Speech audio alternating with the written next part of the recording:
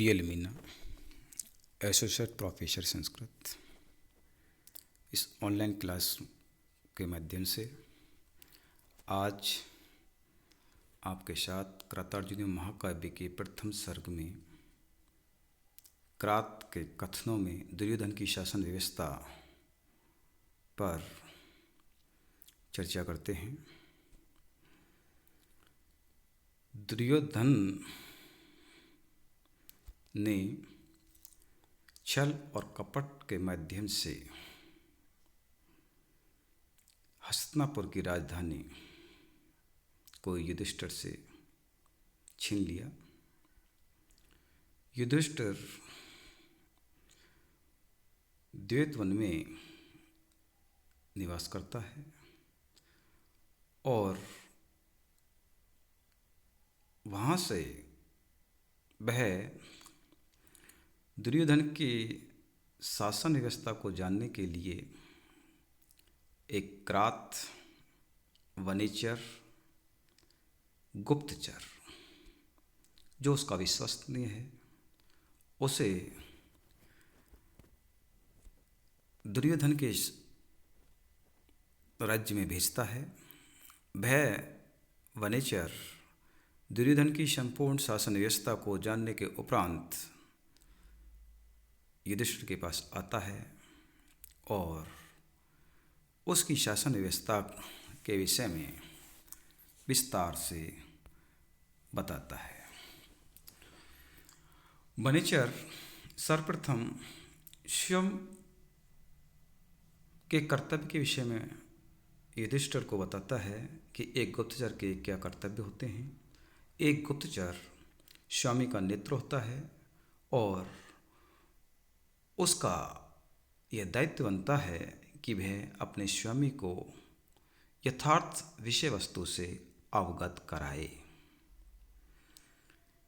वह यह भी जानता है कि सत्य अधिकतर अप्रिय होता है, सत्य कड़वा होता है, लेकिन एक गुप्तचर का धर्म यथार्थ विषय से अपने स्वामी को अवगत कराना होता है।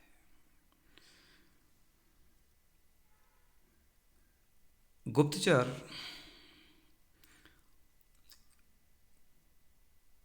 यह बताता है कि हितम मनोहारी च दुर्लभ वच, हितकारी और मन को प्रिय लगने वाले वचन इस संसार में दुर्लभ भी होते हैं, लेकिन एक गुप्तचर का यह दायित्व बनता है कि वह अपने स्वामी को हितकारी वचन कहे। इस प्रकार एक वनेचर सच्चा स्वामी भक्त, नीति निपुण और कुशल शासन व्यवस्था को जानने वाला होता है। गुप्तचर राजा और मंत्री का संबंध किस प्रकार का हो, इस विषय में बताता है कि जो अपने स्वामी को उचित उपदेश नहीं देता वह बुरा मित्र है और जो हितैषी की बात नहीं सुनता वह बुरा स्वामी है। राजा और मंत्री के अनुकूल रहने पर समस्त संपत्तियां राज्य में निवास करती हैं, अर्थात राजा और मंत्री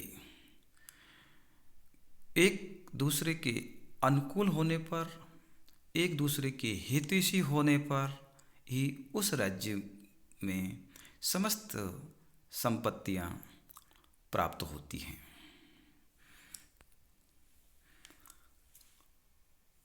दुर्योधन एक आदर्श शासक के रूप में वनेचर दुर्योधन की शासन व्यवस्था का वर्णन करते हुए कहता है कि दुर्योधन जिसने छल और कपट से जीती हुई इस पृथ्वी को अब वह नीति के साथ जीतना चाहता है। वह अपने जो अवगुण हैं उनको नष्ट कर और गुणों का विस्तार कर रहा है। वह यह भी जानता है कि दुष्ट व्यक्ति की मित्रता की अपेक्षा सज्जनों से विरोध करना श्रेष्ठ है। दुर्योधन अपने आंतरिक शत्रुओं को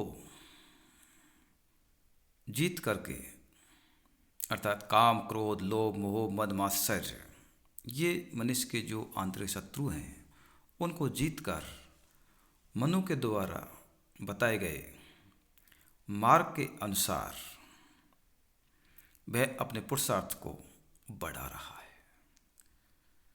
दुर्योधन एक विनम्रशीलता का परिचय देते हुए उसके शासन को देखिए कि वह अपने जो सेवकों के साथ मित्रता का व्यवहार कर रहा है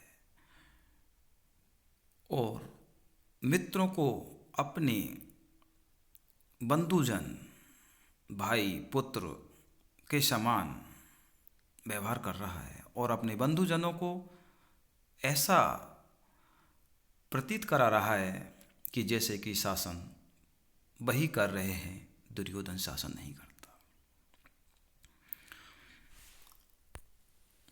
आदर्श शासन के रूप में वह धर्म, अर्थ और काम तीनों का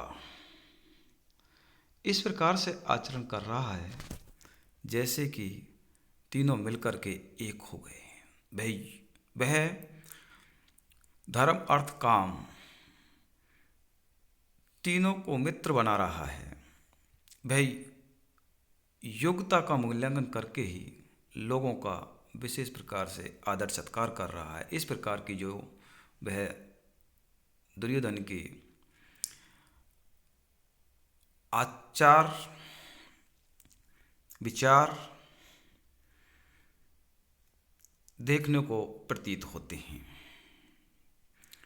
दुर्योधन की दंड नीति। दुर्योधन की दंड व्यवस्था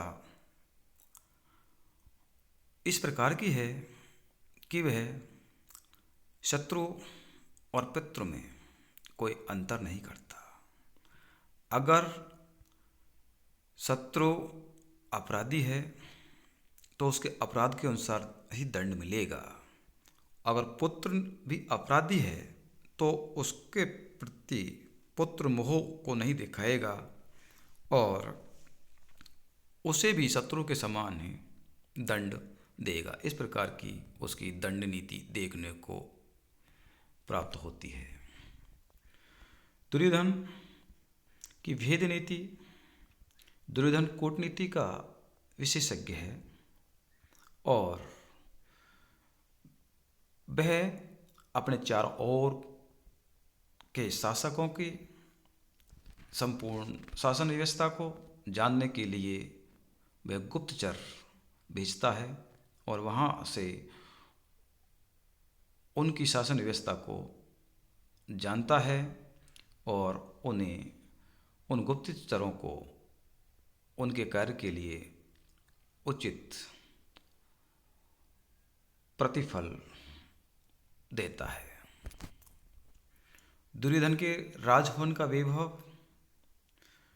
दुर्योधन की कूटनीति से वह इतना सशक्त हो गया है कि उसके आसपास के जो राजा लोग हैं उससे भयभीत होते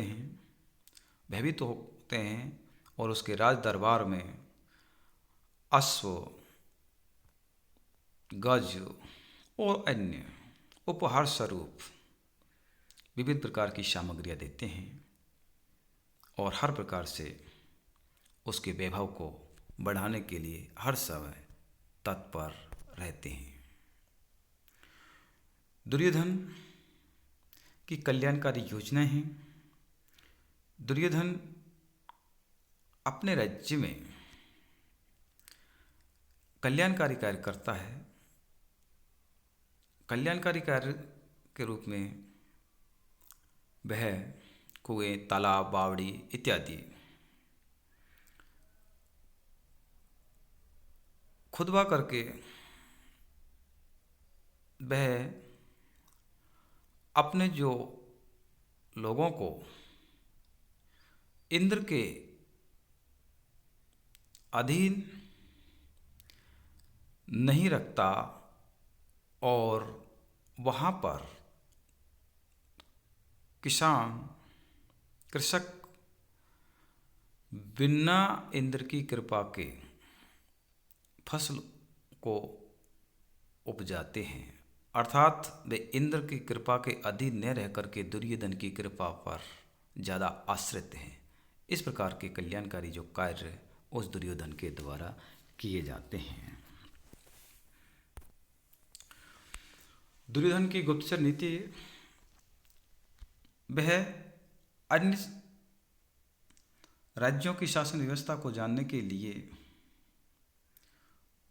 उसने गुप्तचर व्यवस्था को बनाया हुआ है, जिसके कारण कोई भी जो राजा दुर्योधन के विपरीत आचरण करता है तो दुर्योधन उससे गुप्तचर के जो माध्यम से उन शत्रु राजाओं को ध्वस्त कर देता है और अपने राज्य को सुरक्षित बनाए रखता है।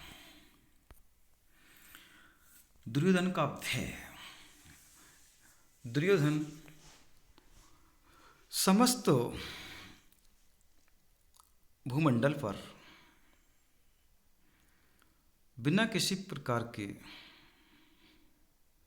भय रहित होकर के शासन करता है, फिर भी वह आपकी ओर से आने वाले संकट से हमेशा भयभीत रहता है। अहो दुरंता बलवत विरोधिता। बलवान व्यक्ति के साथ जो विरोध अंततः कष्टकारी होता है, ऐसा दुर्योधन को देखने को मिलता है। वनेचर के कथन में कूटनीति। वनेचर दुर्योधन की संपूर्ण शासन व्यवस्था का उल्लेख युधिष्ठिर के सामने करता है। उसके उपरांत भी वह ये बताने का प्रयास करता है कि आपसे आने वाली जो विपत्ति से दुर्योधन हमेशा भयभीत रहता है, इसलिए उचित समय पर आपको क्या करना है यह आपका सोचने का विषय है, क्योंकि मुझ जैसी गुप्तचर के वचन दूसरे के कहे हुए वचनों का संग्रह मात्र होती है। हम लोगों की जो वाणी केवल वृत्तांत की सूचक होती है। प्रवृत्ति सारा खलु माद्र समग्र। इस प्रकार वनेचर दुर्योधन की संपूर्ण शासन व्यवस्था का वर्णन युधिष्ठिर से करता है और उस शासन व्यवस्था में यथार्थ विषय से युधिष्ठिर को अवगत कराता है। धन्यवाद।